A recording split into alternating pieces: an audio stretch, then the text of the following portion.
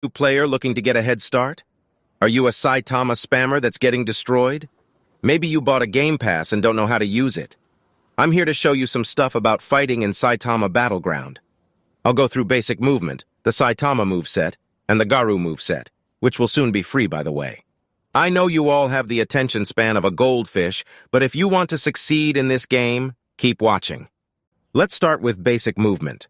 I don't think I need to explain how to walk around. A really important feature is Shift Lock, which locks your cursor and allows you to look around you without holding left click. I'm not sure if this is on mobile. You cannot play the game properly without this feature.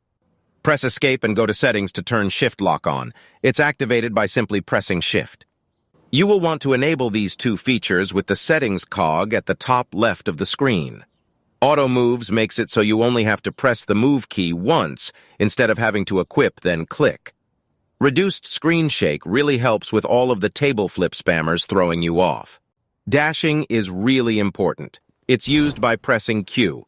There is side dashing, which is done by holding either A or D and pressing Q, front dashing, which is done by being idle or walking forward and pressing Q, then back dashing, which is holding S and pressing Q.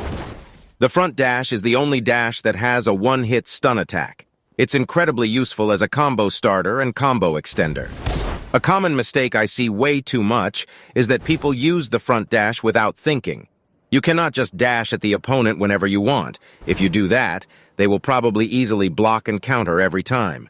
You need to incorporate better movement, like adding a side dash before front dash, which is what I typically use and what works for me 90% of the time. It's really important to have good eyes on your opponent so you can block attacks well. Punching or M1s are very important for starting, extending, and ending combos. You use them by simply left-clicking. 4 M1s in a row will ragdoll the opponent and stun you for half a second. You typically want to avoid doing 4 M1s like this unless you have a move ready that can hit them when they're down. 3 M1, hold space for the 4th M1, will do a mini uppercut. 3 M1, jump, 4th M1 will do a drop kick slam ground pound type of thing. It's always best to do 3 M1s to start a combo, or 3 M1s and a mini uppercut depending on the move you're using. If you use 4 M1s and knock the opponent down, some moves won't work. Each moveset comes with 4 moves.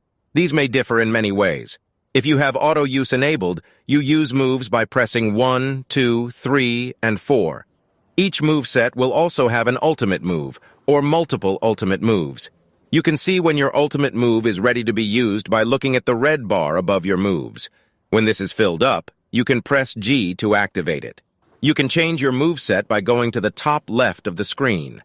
If you have the Early Access Game Pass, you will have access to whatever moveset the developers are working on at that point in time.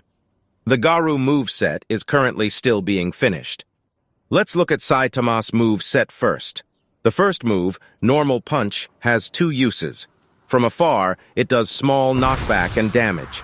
At point blank, it will do lots of damage and send the opponent flying, also taking damage from landing. The second move, Consecutive Barrage, is a barrage of punches. The third move, Normal Shove, is a knockback. The fourth move, Normal Uppercut, is a strong uppercut that knocks back. I really should have mentioned this earlier. You block with the F key. Some moves break block. Your back is vulnerable to attacks during blocking, so watch out for people trying to circle around you with forward dash or walking. Now that I've shown all of Saitama's moves, let's do some combos. This is a pretty basic one. 3 M1s followed by move 2, which is followed by move 3, forward dash, 3 M1s into mini uppercut, then move 4. You can add to this to make it a near one-shot combo if you get lucky enough to be able to forward dash to the opponent after move 4. I'm not going to deep dive into every combo possible. I'm sure there's other videos for that. It's time to talk about the ultimate moves. Each character has their own. Press G once the red bar at the bottom of the screen is filled up. For Saitama, you get to choose between 2 moves, Death Counter and Table Flip. Death Counter is a guaranteed one-shot kill. Once you activate it, for 10 seconds, any attack that hits you will teleport you behind the attacker, and an animation will happen. The attacker will be instantly killed. Table Flip is an area of effect move. Anyone caught in its blast will be either taken to red health or killed. When used, a tiny shockwave will push back any players near you and stun them so they can't escape the attack.